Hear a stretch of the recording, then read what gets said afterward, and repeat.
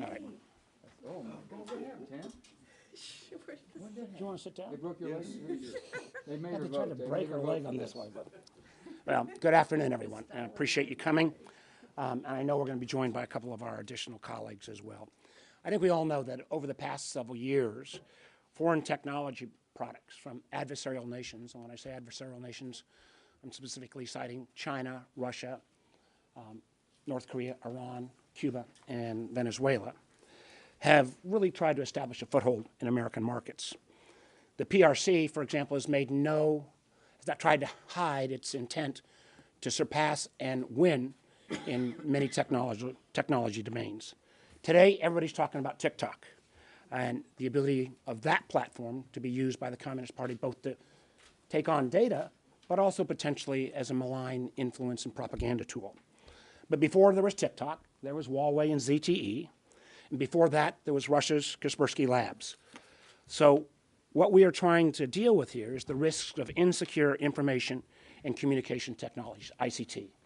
And whether that comes in the form of software, where oftentimes that software can provide backdoors into sensitive American intelligence and technology means.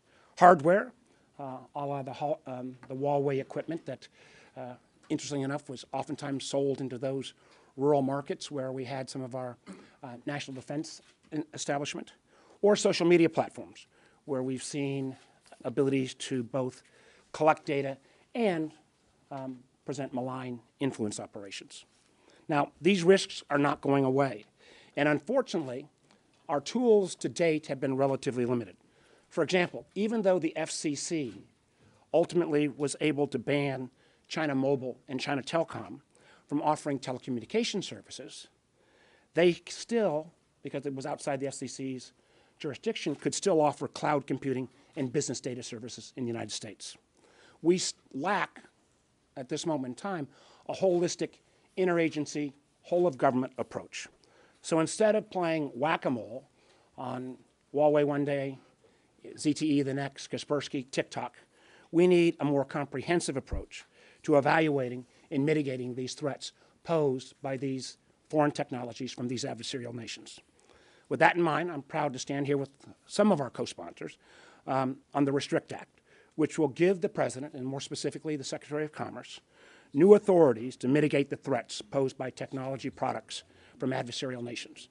In a moment, I'm going to turn the podium over to John Thune, who's my lead co-sponsor on this, the Republican whip, former chairman of the Senate Commerce Committee, and a real leader on issues of technology and national security. And we've been joined by a number of the co-sponsors, Senator Romney, Senator Moran, Senator Bennett, Senator Baldwin, shy and retiring Joe Manchin.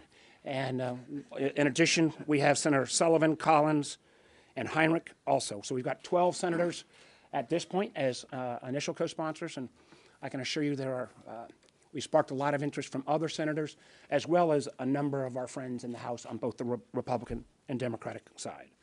We've been working the last few months to try to create that overarching framework to evaluate foreign technology threats on that more comprehensive basis.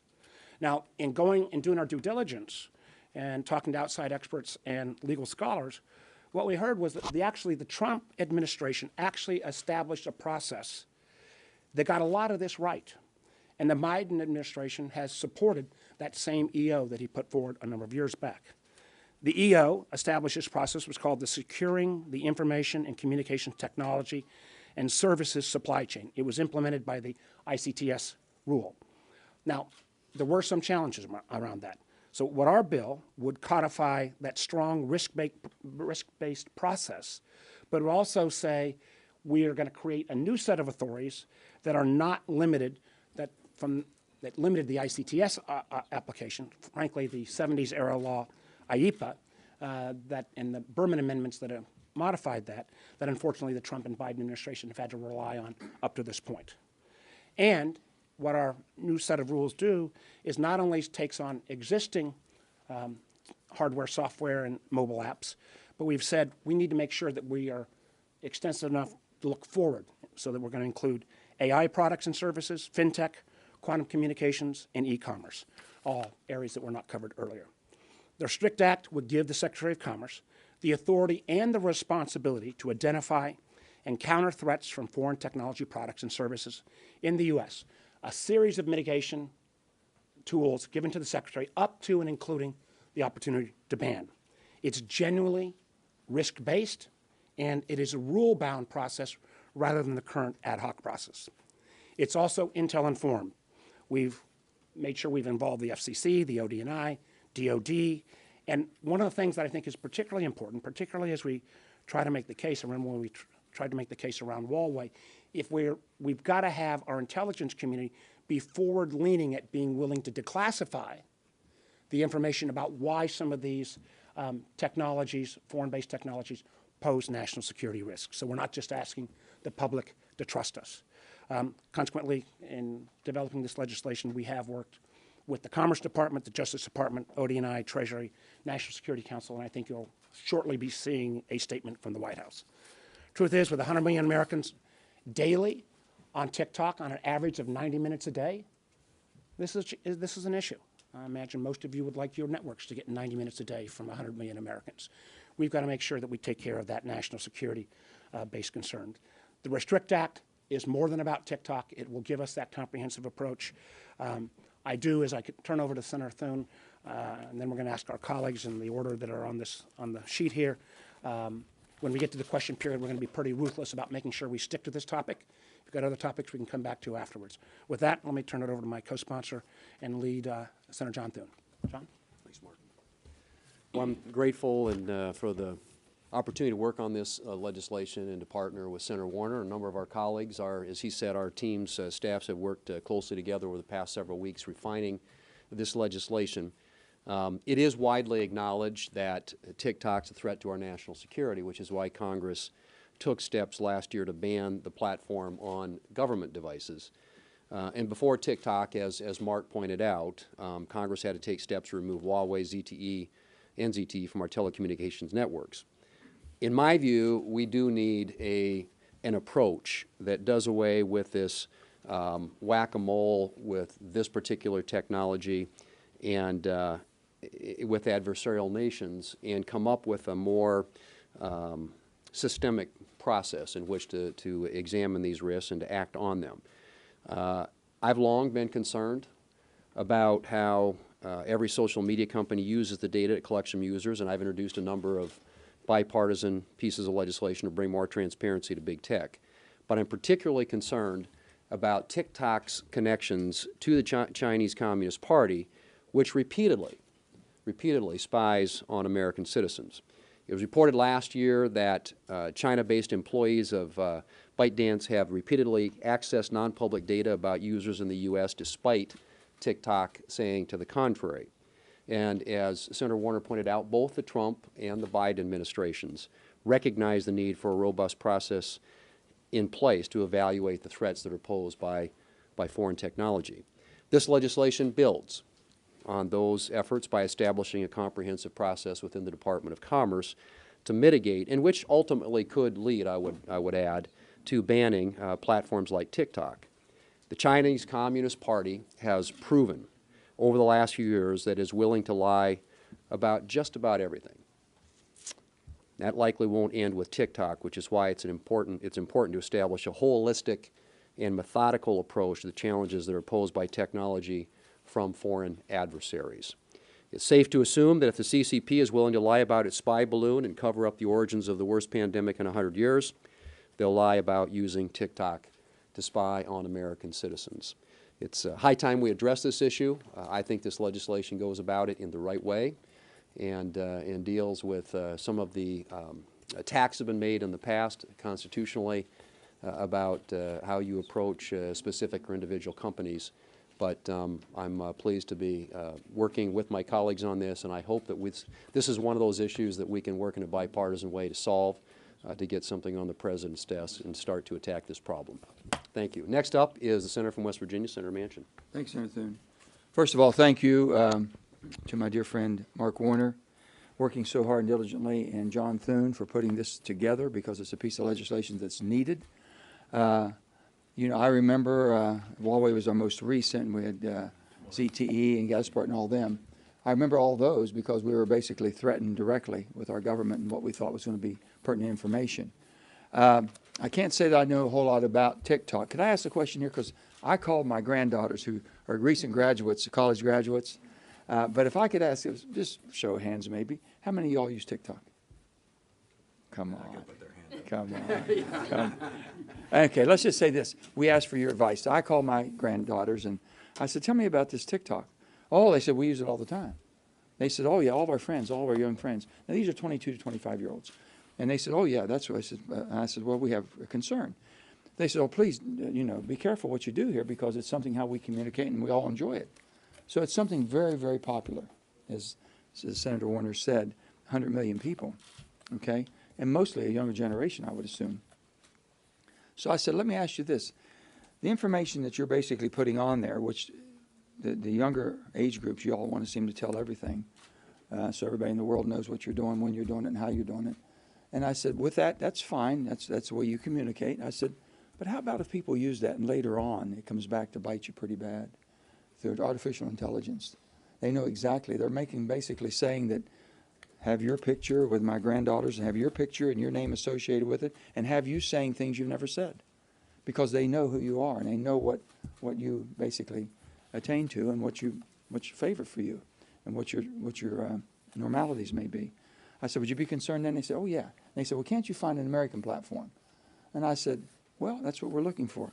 We've got countries, and the 4 countries I'll identify that we know don't have our values: China, most importantly, Russia, Iran, North Korea. They're not going to have our best interest at heart, and they're going to use basically any information they receive in the most detrimental way possible.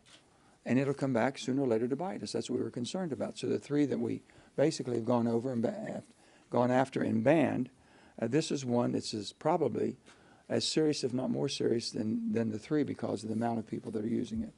So I applaud again my colleagues and Senator Warner and Senator Thune for leading this, to bring this to a head so we know. But also we have to realize there's an awful lot of people that are using it, enjoy it, and would be looking for something that will replace it in a much safer manner.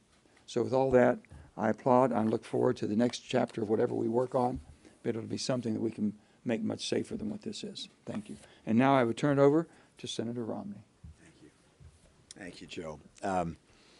I'll tell you, when you see Senator Thune and Senator Warner come together, and this many from both sides of the aisle come together on a major piece of legislation. We're not talking about a post office being named or a highway being named. We're talking about a major piece of competitive and foreign policy legislation. When we come together, it says that Congress has recognized that China is not our dear friend. The Chinese Communist Party, that is not our dear friend. And any question about what China intends to do and what authoritarians tend to do is able to be seen by their treatment of the people in Hong Kong, the Uyghur people within China. You can see what authoritarians want to do by watching what Russia is doing in Ukraine. We have to recognize that we face geopolitical adversaries that are serious and threaten our security, our prosperity, and even the peace and freedom that we enjoy. This piece of legislation is designed to help protect Americans and protect America and our friends. There are a lot of us that are concerned about privacy. And we say, gosh, we don't want the government to know everything we're doing. We want to protect our personal privacy. Well, one thing a lot worse than having our government infringe on our privacy is having the Chinese Communist Party infringe on our privacy and be able to track us and follow us. And whether it's with social media or other technologies, communication technologies, or the hardware that they devise over the coming years, we have to make sure that we have the resources in place and the authorities in place to stop those things before they endanger us. I'm really proud to support this legislation and join my colleagues on both sides of the aisle to do something which is necessary, overdue, and critical to get passed as soon as possible. With that, Senator Bennett. Thank you, Senator Romney. Thank you, everybody. It's good to be here with you. I think the bipartisan leadership that's up here today demonstrates that a Washington consensus that's been here for about 50 years has now come to an end. And the idea that we're in the face of China pursuing a China-first strategy at the detriment of everything else that we might hold dear is over, and that we're not going to allow them simply to pursue their strategy and allow us to be collateral damage. We've watched too long as they've stolen our IP, as they've implemented telecommunications equipment around the world that puts the world at risk of their surveillance scheme, as they've, as Senator Romney was just saying, exported their own surveillance state in China and around the world. This is doing damage to humanity. And I think what you're seeing are Republicans and Democrats coming together and saying it needs to come to an end. And today, in America, TikTok, just to name one platform, more than 100 million Americans, almost 90 minutes a day, are on a platform that the Beijing won't even allow its own people to use. You know, is calling digital opium, but is happy for us to consume 3 weeks out of the year on their social media platform, which they won't even share with their own people, and are subject to the dictates of the Chinese Communist Party when it comes to the data that people are unwittingly in many places serving up to TikTok and to ByteDance. That's why I wrote to Apple and Google and said, let's take it off your app stores. And as Chairman Warner said, TikTok's only the latest example, but we know it's not going to be the last. And we need Congress to move beyond the whack-a-mole solution that we have been focused on and have a more strategic approach. And that's why I'm extremely pleased to be on this bill. And I'm grateful to Chairman Warner and for Chairman Thune for their leadership as well. I do think we're going to pass this. And I think this is going to be the beginning of the United States saying we are not going to be collateral damage, and we're going to take our future in our own destiny. And with that, I think Senator Sullivan, my friend from Alaska, is next. Thank you, Michael. Thank you. Now I'm even happier that I'm on this bill. Well, I want to thank Senator Warner, Senator Thune, particularly Senator Warner. I mean, if you look at his background, both his private sector experience in technology and chairman of the Intel Committee, this is an individual who really knows the threat that we're facing, and I think it's great to be here with him. And this bipartisan group of senators, I think, really cements what I've been saying for quite a long time. Yeah, there's a lot of dissension and partisanship here. One area where there's very little partisanship is the recognition in a bipartisan way on the serious nature of the Chinese Communist Party threat. We are very united as senators on this topic, and that's really important for our allies to hear, and more importantly, it's really important for the dictator in Beijing to hear. We're very united, and it's going to stay that way because of the nature of the regime. So what we need to be doing is bringing all instruments of American power and American policy to address the Chinese Communist Party challenge. That's military, that's energy, that's technology, that's our private sector, that's our commitment to liberty and democracy. By the way, one of their biggest vulnerabilities is Xi Jinping fears his own people, right? That's why they don't allow TikTok to be seen in China. So I think this is a really important bill that fits one of the elements of our strategy on the tech side, particularly what they're doing to our citizens. Let me just give you one example. This might be a crazy notion, and if it is, you can dismiss it. But I'm a little curious. We have this big project. Some of you might hear that it's called the Willow Project in Alaska. It's a big energy project. We're trying to get it approved at the very high levels of the Biden administration. One of the things the Chinese fear more than anything in terms of our power is American energy. You read the reporting, Xi Jinping is scared to death of American energy dominance. TikTok in the last week has had over 300 million views relating to stopping this project. whoa, okay, maybe that's the good work of some of the lower 48 environmental groups, but maybe that's the Chinese Communist Party trying to influence young Americans on an issue that, in my view, is really, really important for our country and will strengthen our country. Something you might want to look into. I'm very curious about it myself. But the nature of this regime, the Chinese Communist Party regime, as Senator Thune said, is to lie. And we need to be aware of that. And this legislation really, really, I think, is an important bipartisan step to address a huge challenge that we face with regard to China right now. And now I want to call on Senator Baldwin. Well, good afternoon, and to my colleagues, it is absolutely great to be up here with such a strong bipartisan group. We know that technology is changing rapidly, and Americans are increasingly using it to share our lives, promote our businesses, to stay connected. And every member up here uses technology to better connect with our constituents and serve the people we represent in our home states. And while these powerful tools have lots of benefits, in recent years we've seen companies owned by or controlled by our adversaries grow rapidly with little oversight and no transparency. Of course, a recent example is ByteDance, the Chinese technology company that owns TikTok. But the scope of this problem is far wider than one single company. While many of these technologies and platforms are popular, especially with our young people, we also know these products have the potential to endanger American users and threaten our entire national security. When it comes to platforms and products owned by foreign adversaries like the CCP, there is next to no transparency for users about where their data is being stored and what the information is being used for.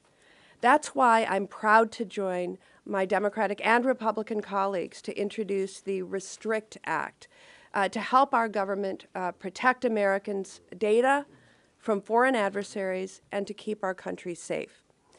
This bipartisan legislation will empower us to respond to our changing media environment, giving the United States the tools that it needs to assess the threat of foreign-owned technology and, where appropriate, to take steps to restrict access. This legislation will give the United States authority to deal with today's foreign-owned tech companies, platforms, and products, while also establishing the infrastructure to address new and emerging foreign-owned products that could pose a threat in the future. Social media and technology, when used responsibly, they are powerful tools that can connect users, help folks start or grow their small businesses, and broaden horizons. But this is not always the case, and it's our job to ensure reasonable guardrails are in place to protect public safety, especially when it comes to foreign-owned entities that could weaponize Americans' data. What do I mean by weaponizing Americans' data? Through surveillance, identity theft, intellectual property theft, to name just a few examples. This legislation takes that common sense step forward to protect Wisconsinites and Americans online from social media and tech giants owned by foreign adversaries. And with that, I want to welcome to the microphone Senator Moran.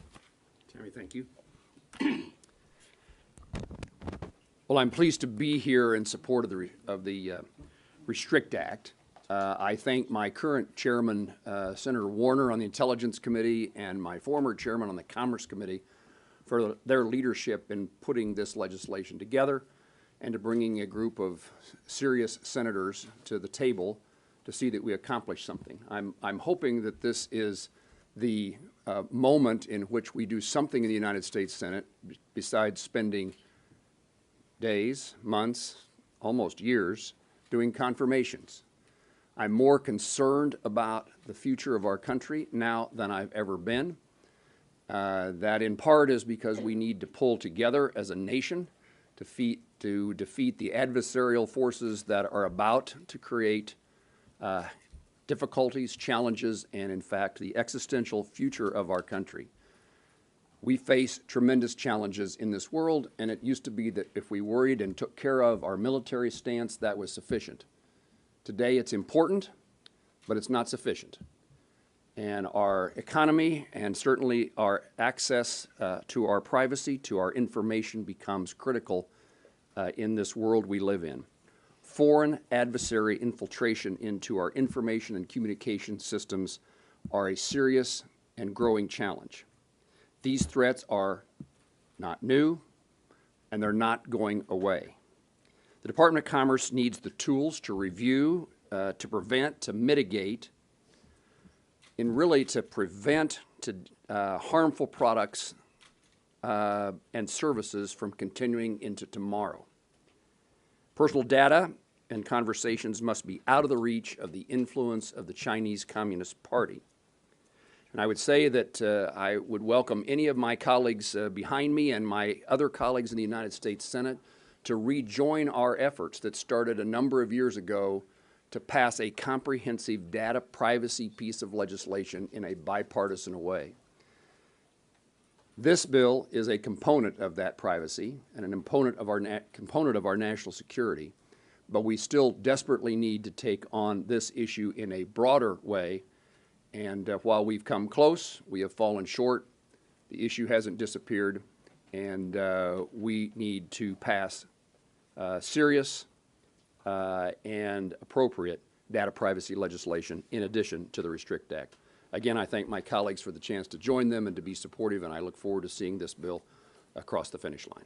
Thank you, Jerry. 2 quick points, and then I'll start to take questions. We're going to restrict questions to this topic, and if anybody's got to sign off, I get it. One, and this was a point that Senator Romney made, but it really is important to repeat.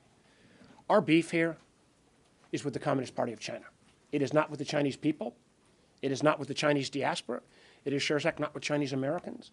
And failure to make that point, frankly, plays into the propaganda agenda that oftentimes you see on WeChat and other Chinese-based apps.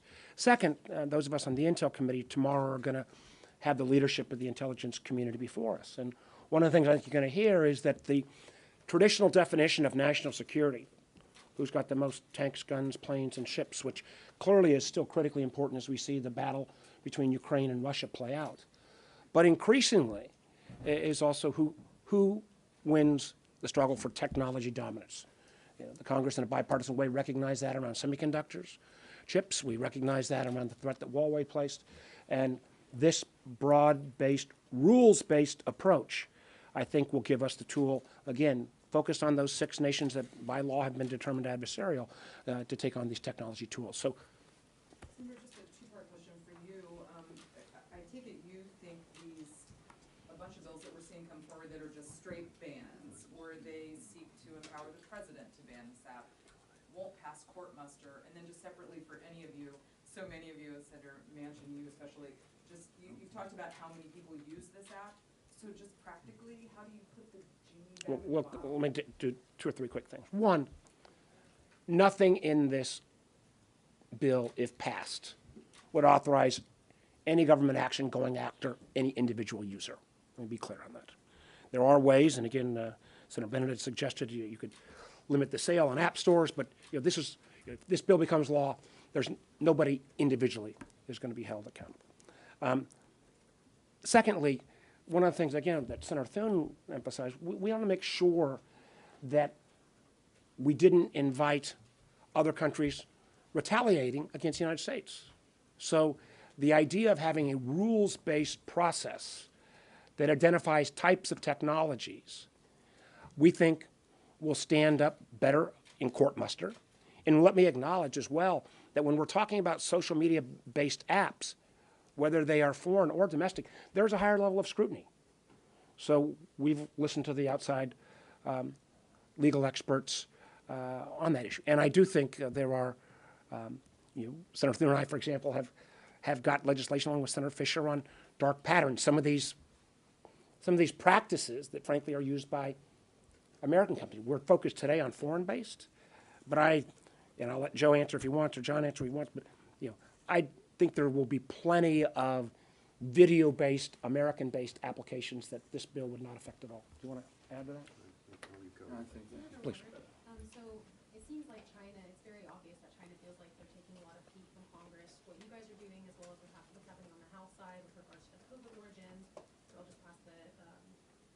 fail to release that intel. So China's foreign minister just said that if the U.S. doesn't hit the brake and it continues to speed down the wrong path, no amount of guardrails will prevent derailing and will surely be conflicts and confrontations. Do any of you have a reaction to this? I'll let again my colleagues talk about that. I'll just point out this. $500 billion a year of intellectual property theft. For years, use of entities called the Confucius Institutes at many universities that were used to prey upon Chinese exchange students. In the case of TikTok, constant examples, even with the statements of TikTok that somehow Chinese engineers are not getting access to that American data, they are. And we have seen an authoritarian regime that literally changed Chinese law in 2016 that requires that any company based in China, their number one responsibility is not to their customers, not to their shareholders, it is to the Communist Party of China. That is a very different system than what we have in this country, for all the flaws of our system. I would just say one thing on this. The foreign minister, if he would just basically evaluate what he's allowing American companies to do in his country and see if it makes common sense that we should do the same, and why he should be upset about us taking the actions we're taking. That's all. And again, many of the American platform companies have already been banned in China. And I would also point out just one other thing. This is not a lot of talk about TikTok here. Canada's taken this action. The EU's taken this action. India banned TikTok years ago. Yeah. Senator, on TikTok specifically, there is an ongoing security review that the White House and the agencies are doing under CFIUS. Last week there was a hearing in House Foreign Affairs Committee where Democrats in particular suggested any legislation like this should wait until that process has played out. Was that discussion, did you guys have that discussion about CFIUS? And if so, why did you guys? One, I can assure you that I've had some very positive conversations with House Democratic colleagues who I think are very interested in supporting this approach. Two, I think you'll see shortly a statement from the administration embracing this approach. Three, okay, well, it's good timing then. Three, this is ancillary to CFIUS. CFIUS is still a process. We've got a safe harbor of CFIUS Acts first. But CFIUS requires a transaction to trigger its tools.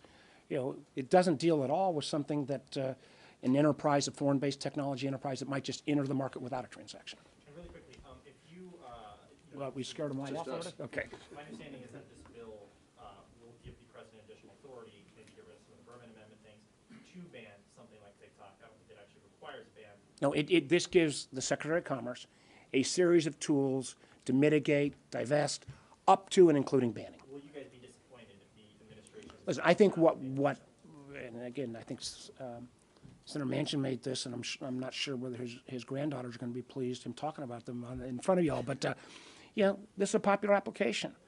I think it's going to be incumbent upon the government, to show its cards in terms of how this is a threat. I mean, I remember for years we would, some of us, my old friend Richard Burr and I, would go around and try to talk to our allies and, frankly, American telecom companies about the challenges Huawei presented. We didn't disclose and declassify enough of the intel, and consequently, we've had with leadership of people like Senator Wicker to go out and have to spend taxpayer dollars to rip and replace that equipment because it was a national security threat, but we weren't forthcoming enough early on. You want to add anything? No, that's right. Joe? Here we go. It wasn't just the Chinese foreign minister, it was also China's President Xi Jinping today who said that the U.S. was trying to suppress China. I mean, in the wake of this, the Chinese spy balloon, what you all have learned about TikTok, what's your message to the Chinese president?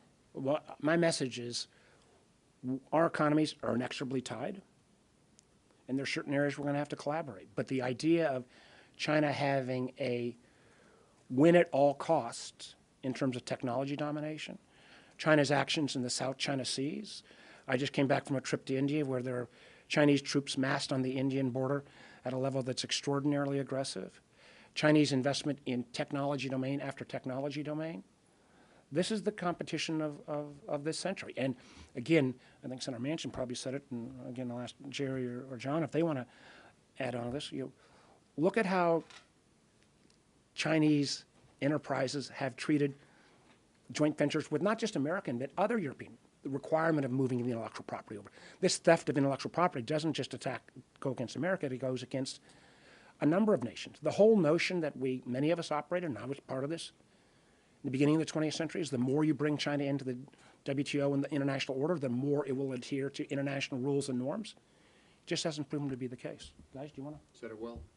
Yeah. No, I just think Mark's point is the right one, and that is that, you know, if you're doing business in China, your number one allegiance has to be to the CCP. We have a free market economy. We have a you know, constitution, a Bill of Rights, and the rule of law. And so when we go about a process like this, it has to be orderly. It has to be a way that can withstand legal challenge. And we think that this does that, rather than, you know, picking out, kind of hand-picking, we talked about this earlier, the whack-a-mole strategy of this particular technology or this particular company. This creates something that I think complements what CFIUS does and gets at the heart of the matter, and that is the fact that China, through their technology, is stealing Americans' data and their information. And of course, as we know, their administration lies on a daily basis. So I think you know, the message is, yes, we have a symbiotic relationship with China when it comes to our two economies, but that has to be conducted in an open, transparent way in which you know, we have an opportunity to determine whether or not they are not playing by the rules. And I think this process enables that to happen.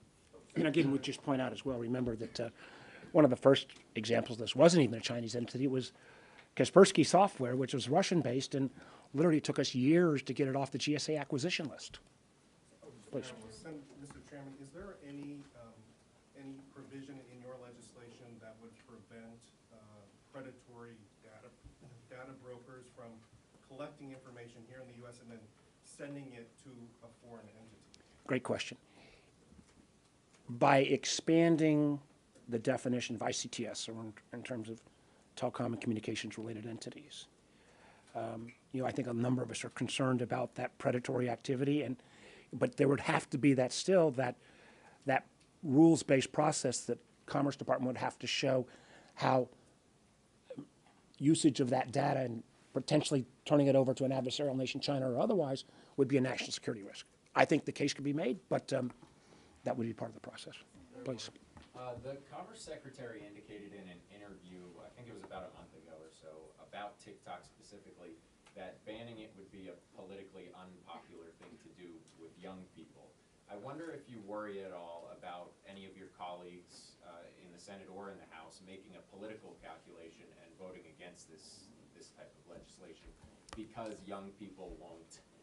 Politics in the Congress? They won't be happy with it. You know, Well, is that a legitimate concern? You know, people will have to make their own decision.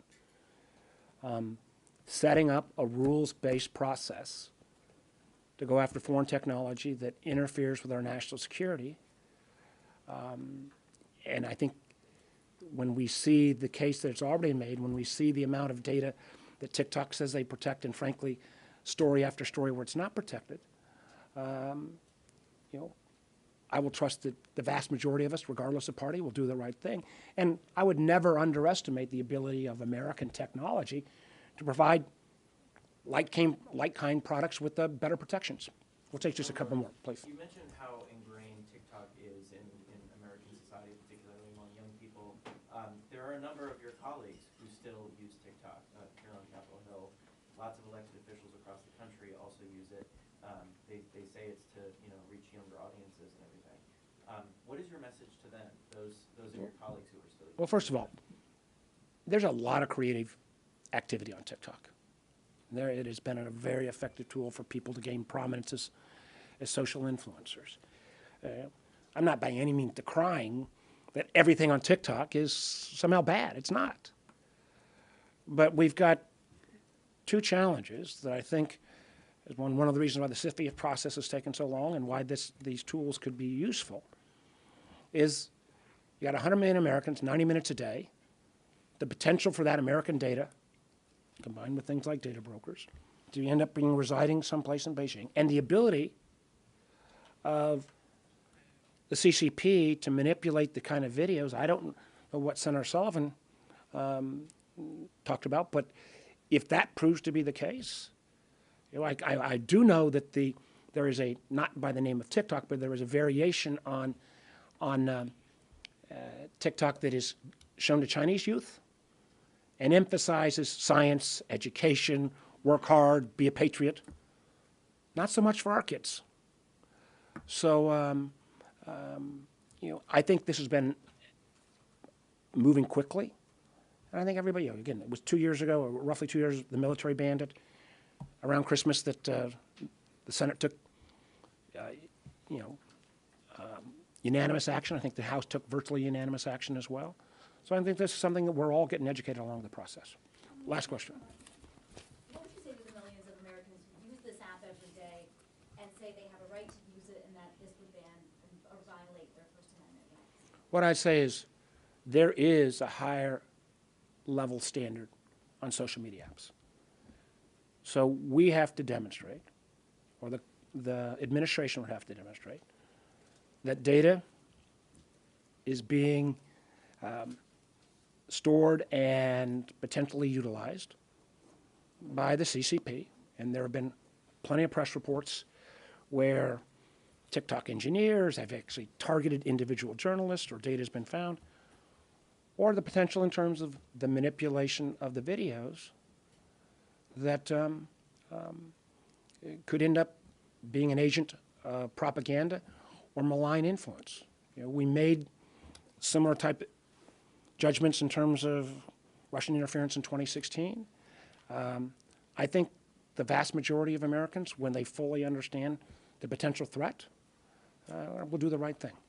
What's the limit here to using national security to shut down any app the government wants?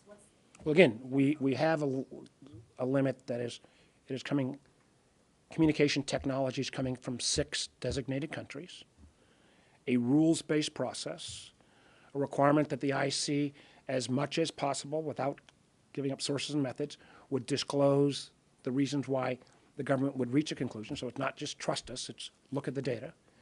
And again, I'll end where I started, which is we've seen this play out with Huawei, with ZTE.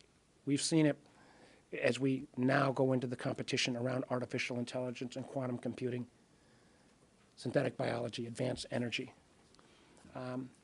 I absolutely believe that China, with its authoritarian values dominating those technologies, is not in the national security interest of our country, or for that matter, people across the world who don't live in authoritarian regimes. Thank you all very much. I'm sure we'll have more to say later.